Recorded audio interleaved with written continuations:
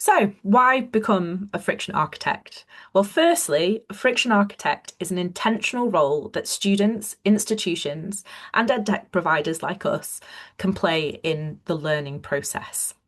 And what it does is it embraces the concept of friction or the effort required to achieve a learning task as a learner, as a student, as an educator, as someone in support.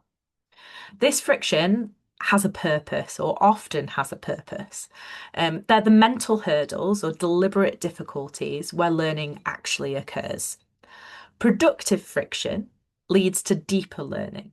We encode information, categorize it, and store it for retrieval. It's the cognitive process that we go through to build knowledge from the information we have on our courses.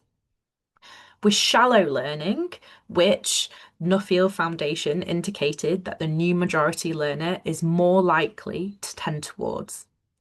With shallow learning, there's a fluency illusion. So students often believe they know something, but they haven't learned it and can't later recall it because they're skipping steps to get to the answer because they're time poor.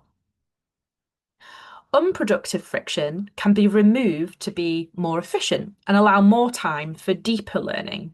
And this is the logistical noise of managing deadlines and tasks and sort of learning exercises that you do that actually don't contribute to the cognitive process of building knowledge.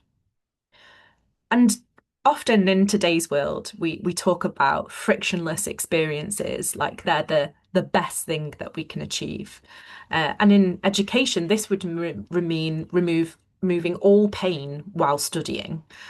This might seem like the best outcome, but in reality, it is not. And I know this is what the student wants to hear as well.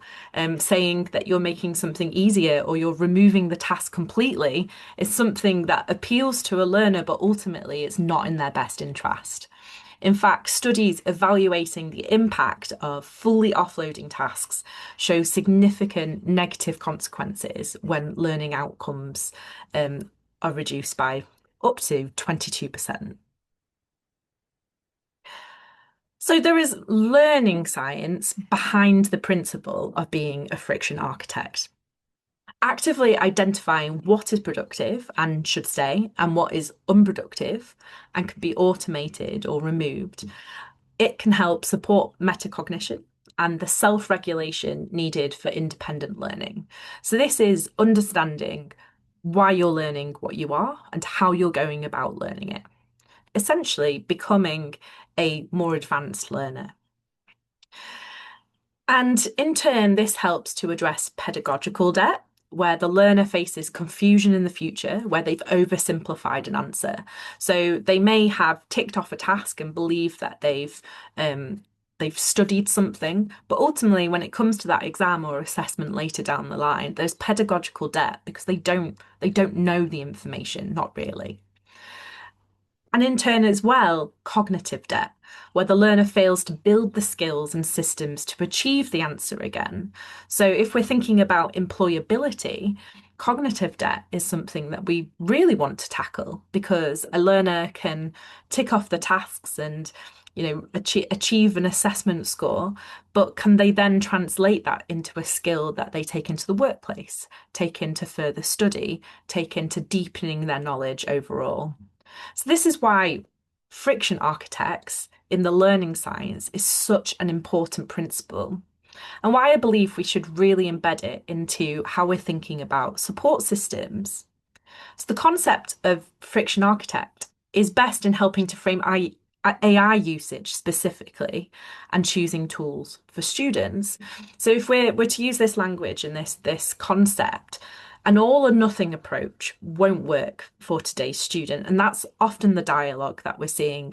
I think now in the industry, we're past the point where we're saying no to AI completely. Definitely the discourse in the likes of Inside Higher Ed and EduCourse is about what is the best way of operationalizing AI and how can we equip and ensure that the AI literacy is there.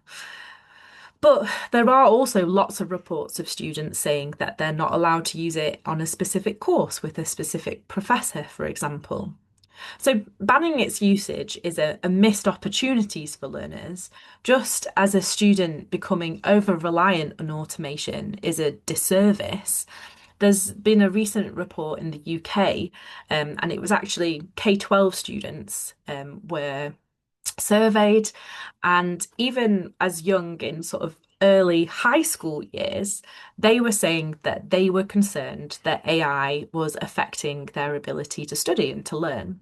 So there is definitely an awareness with learners that over automating isn't going to help them in the long run. So if I take this and use an example of something that we're experts in, so this is note taking. So on the one hand, the manual labour of taking notes is often a learning barrier for the new majority learner. So if they can't keep up with what is being said in a lecture by a professor, whether it's not in their first language, whether they have a learning disability, or they're simply a tired parent not feeling their best, not keeping up with what is being said, then a transcription and a recording gives everyone equal access to go back and review at their own pace. So this use of AI in this instant is the it allows the learner to focus on the actual desirable difficulty of processing the information.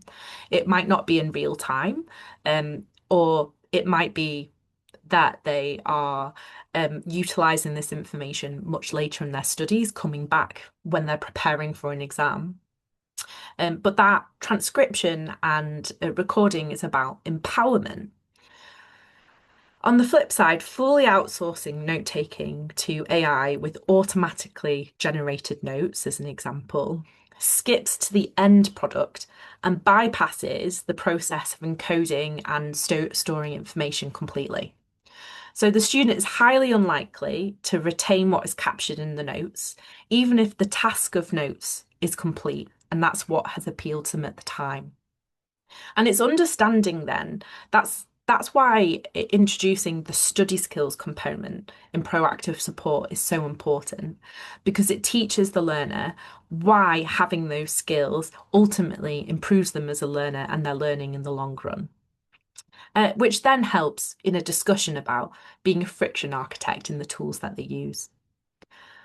The middle ground of using AI in this example of note taking would be to prompt students' cognitive process with scaffolded summaries and then prompts that might indicate like tasks to do next that help students to connect dots between thoughts. So the AI is doing a little more work, but it's more in line with the productive friction that you want the student to be engaging with. So, if learners in that neutral space on that learning wellness theory or concept, so they're the ones without active symptoms, then we know if they come from a background of the new majority learner, they're likely to struggle with blockers to their learning, depending on their circumstances. If they're equipped to become friction architects, then they're more able to cope when they're time poor and when they're underprepared and they're struggling with that cognitive overload. Embedding this language within your team, as well as your processes, will ultimately help shift support to be more aligned to learner efficacy and also what the learning science indicates is best for the learner overall. Because ultimately, if this proactive approach to student success embeds students' study skills, tools that tackle learning barriers, and the concept of friction architects, then the new majority learner should be equipped, empowered, encouraged to improve the learning wellness as a whole, because they're the only ones who can do the learning. The learning is done by the learner.